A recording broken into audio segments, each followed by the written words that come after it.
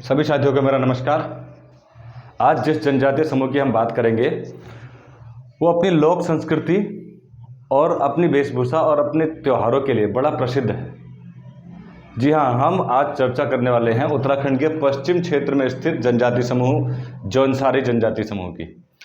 ये देहरादून के उत्तरी क्षेत्र में है और उत्तरकाशी के पश्चिमी क्षेत्र में है। मानचित्र में देखिए आप, ये सारा क्षेत्र जौनसार भावर का क्षेत्र कहलाता है। विकासनगर के ऊपर और ऊपर गोविंद नेशनल पार्क के इस क्षेत्र को देखिए आप। इस पूरे क्षेत्र में जो जनजातीय समूह निवास करता है वो जौनसारी है। ये उत्तराखंड का दूसरा बड़ा जनजातीय समूह है जिसकी कुल जनसंख्या 88,000 के आसपास है और लगभग 90% जनसंख्या यहाँ पर निवास करती है।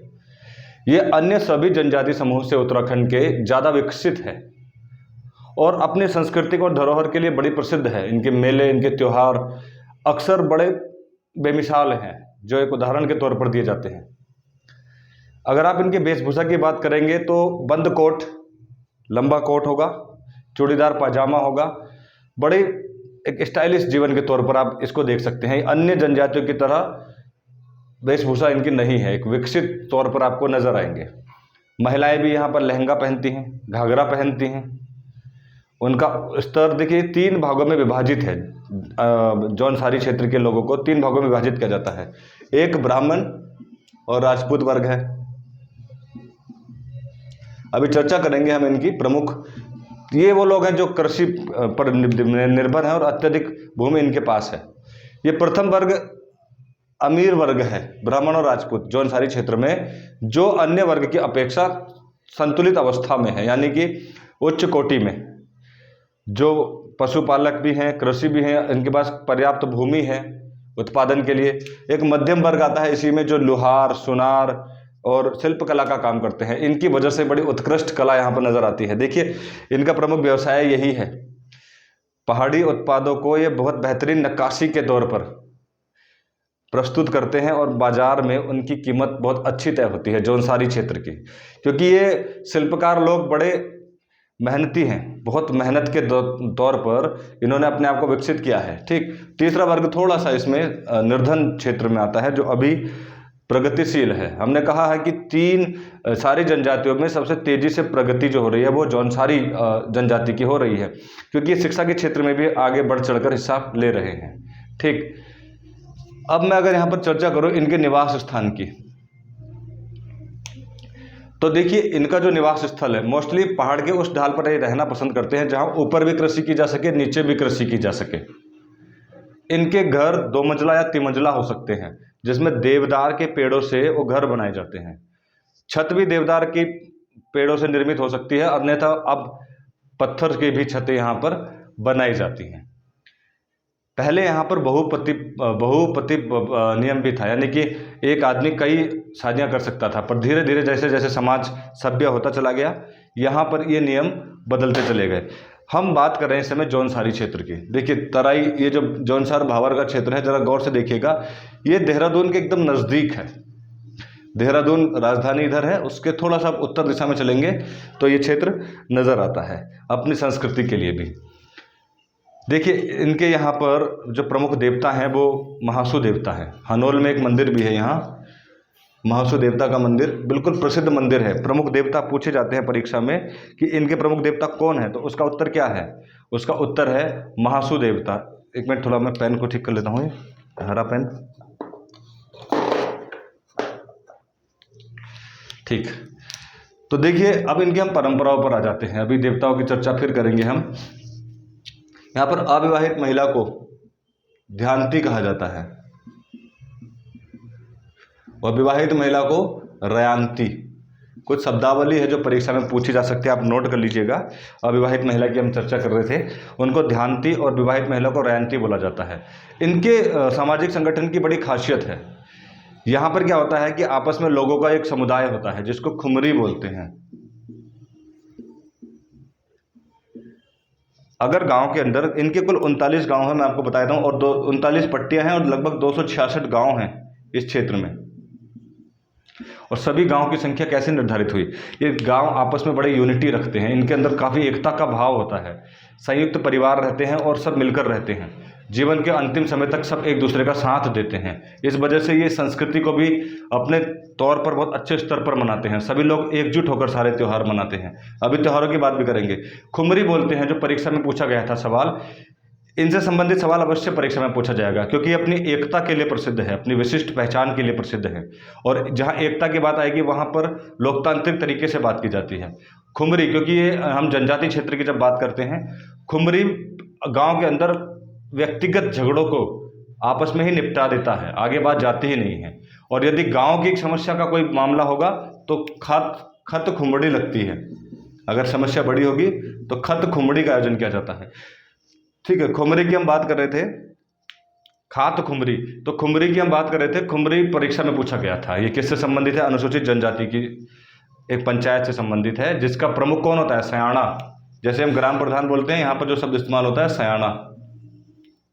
ठीक है, आप नोट कर लीजिएगा, एक शब्द इस्तेमाल होता है यहाँ पर सयाणा। तो अपनी गांव की सामाजिक संरचना के लिए ये बड़े प्रसिद्ध हैं। अगर मैं विवाह की यहाँ पर बात करूँ तो 3 तरह से यहाँ पर विवाह संपन्न कराया जाता है। इस क्षेत्र की हम बात कर रहे हैं 3 तरीके से। एक पहला जो तरीका है, नोट कर लीजिएगा, बेबाकी। बेबाकी एक्चुअल में नॉर्मल विवाह पद्धति है जो हम भी फॉलो करते हैं।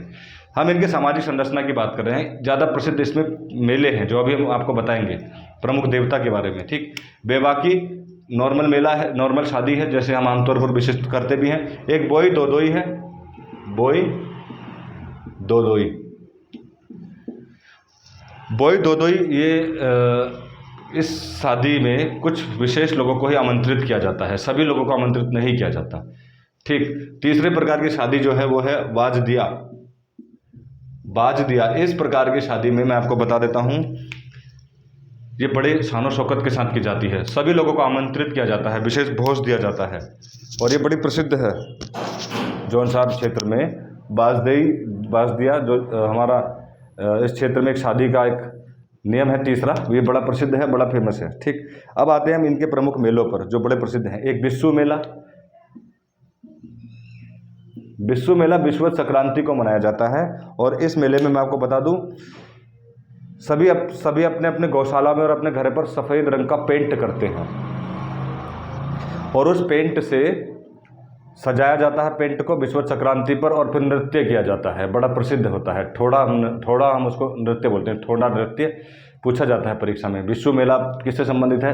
अनुसूचित जनजाति से संबंधित है, ये जौनसारी जनजाति से संबंधित है। दूसरा मेला लगता है नुड़ाई। ये सावन के महीने में लगता है नुड़ाई का मेला, और इस मेले में क्या किया जाता है? मीठे आटे की गोलियां बनाई जाती हैं और सबको आपस में बांट दी जाती हैं, क्योंकि इनका प्रमुख व्यवसाय पशुपालन है, भेड़ पालन है। भेड़ से इस मेले के उपरांत ऊन निकालने का कार्य आरंभ कर देते हैं। नुड़ाई मेले के बाद भेड़ से ऊन निकालने का कार्य आरंभ हो जाता है। एक मेला आयोजन किया जाता है जागड़ा। ये प्रसिद्ध मंदिर हनोल में आयोजित किया जाता है। हनोल में महासू देवता का मंदिर है, जहाँ 4 भाइयों का मंदिर है। इससे पूर्व हमने भूगोल में इनकी चर्चा की है। तो इस दिन वो मूर्ति को निकाला जाता है, स्नान कराया जाता है, टॉन्स नदी पर सभी लोग स्नान करते हैं, और फिर पूजा पाठ का आयोजन यहाँ पर किया जाता है। जागड़ा ये भादो महीने में, भाद्रपद महीने में किया जाता है। बिस्सू मेला 4 दिन चलता है। जागड़ा ये हनोल देवता के मंदिर से संबंधित है। एक मेला और मोड़ मेला। मोड़ मेला देखिए, ये तो बड़ा प्रसिद्ध मेला है पूरे तराई भावर इस जौनसार भावर के क्षेत्र में। मोड़ मेले के दिन क्या किया जाता है? टिमरी नाम के पेड़ का चूर्ण बनाया जाता है और उसको नदी में फेंक दिया जाता है। टॉन्स नदी, अगलाड़ नदी प्रमुख है। अगलाड़ नदी पर एक परियोजना भी है, लंगरासू, इस तरफ ही बहती है वो। तो वो चूरा फेंक दिया जाता है, जिससे मछलियाँ मूर्छित हो जाती हैं। फिर उन मछलियों को पकड़ा जाता है, जो जितनी ज़्यादा मछलियाँ पकड़ेगा उसको इनाम दिया जाता है। मोड़ मेला बड़ा प्रसिद्ध मेला है, सदियों से इस रूल को फॉलो करते आए हैं। इस क्षेत्र में जो नदियाँ हैं वहाँ से मछली पकड़ी जाती है मोड़ मेला में। दीपावली के दिन एक मेला और होता है। देखिए, यहाँ की दीपावली हमारी दीपावली से अलग है। हम आमतौर पर जो दीपावली मनाते हैं जौनसार क्षेत्र में, वो दीपावली 1 महीने के बाद मनाई जाती है। और इस दिन होला एक पेड़ है, मतलब लकड़ी है, उसको जलाया जाता है, फिर उसकी पूजा की जाती है। अगले दिन हरियाली पौधारोपण किया जाता है, और एक पत्ता हरियाली का पेड़ का वो गांव के सयाणा के कान पर रखा जाता है। किस में? दीपावली पर। प्रमुख 5 त्यौहार इनके जरूर याद रखिएगा। बिस्सू, नोट करिए, बिस्सू, जागड़ा, बिस्सू, जागड़ा, नुड़ाई, दीपावली मेला और मौड़ मेला, 5 मेले परीक्षा के नज़रिए से भी बड़े महत्वपूर्ण हैं जौनसार भावर में जो मनाए जाते हैं। देखिए इनके प्रमुख देवता की अगर हम बात करें तो हनोल में जो महासू देवता का मंदिर है वो बड़ा प्रसिद्ध मंदिर है। ये लोग तंत्र विद्या को बहुत ज़्यादा मानते हैं, आप समझिएगा, क्योंकि देवी देवता पर इनका बहुत यकीन होता है। इनके यहाँ पर ऐसा माना जाता है कि अगर देवी देवता नाराज हो जाए, उसको दोष बोलते हैं, फिर उनको प्रसन्न किया जाता है। और एक और मान्यता है कि यहाँ पर तंत्र व्यवस्था के अंतर्गत अगर किसी के घर में कुछ बुरा करना हो या कुछ नकारात्मक ऊर्जा देनी हो तो गणांध नाम के का तंत्र यहाँ पर गणांध नाम का तंत्र डालकर एक तैयार किया जाता है, जिसको घर के कोने पर रख दिया जाए। उससे उस घर में विपत्ति आ जाती है, समस्याएं आ जाती हैं। उसे दूर करने के लिए एक और यहाँ पर प्रथा है उल्टाव। अगर किसी ने गणांध आपके घर पर रख दिया तो आपके घर में बुरी घटनाएं आरंभ हो जाएंगी। तो उसके प्रभाव को खत्म करने के लिए उल्टाव नाम की प्रथा भी है, जो तंत्र इस तरह के नकारात्मक तंत्र को समाप्त करती है। ठीक, जबकि यहाँ पर जब कभी किसी के साथ गलत होता है तो प्रमुख देवता को अवतरित किया जाता है, और जिस व्यक्ति के माध्यम से वो देवता अपनी बात लोगों के सामने रखते हैं उस व्यक्ति को माली कहते हैं। क्या बोलते हैं? माली। अब ये चीज़ें बड़ी महत्वपूर्ण है क्योंकि ये परीक्षा में हम पूछी जाती है, इसलिए हमें बार बार ये बताना भी पड़ता है। उसको हम माली बोलते हैं। ठीक, तो ये प्रमुख जौनसारी क्षेत्र, जनसंख्या, वहाँ का रहन सहन, ठीक, संयुक्त परिवार, प्रमुख प्रथाएं जिसकी हमने चर्चा भी करी, और ये सारी चीज़ें बड़ी महत्वपूर्ण है। आप इसको ज़रूर नोट कर लीजिएगा परीक्षा के नज़रिए से भी और अपनी जानकारी के लिए भी। ठीक, तो जनजातीय समूह में हमने भोटिया के बाद जौनसारी जनजाति का अध्ययन किया, उसके बाद हम थारू जनजाति का अध्ययन करेंगे। तो फिलहाल आप इसको नोट करिएगा, और इसमें सब कुछ याद करने वाला ही होता है, कुछ समझाने वाला नहीं होता है। उसके बाद जो अध्याय शुरू होंगे उसमें हम ज़्यादा से ज़्यादा आपको समझाने की कोशिश करेंगे, अन्यथा आप इनको नाम नोट करते जाइए इनके, जो जो आप मैं बोलता जाता हूँ।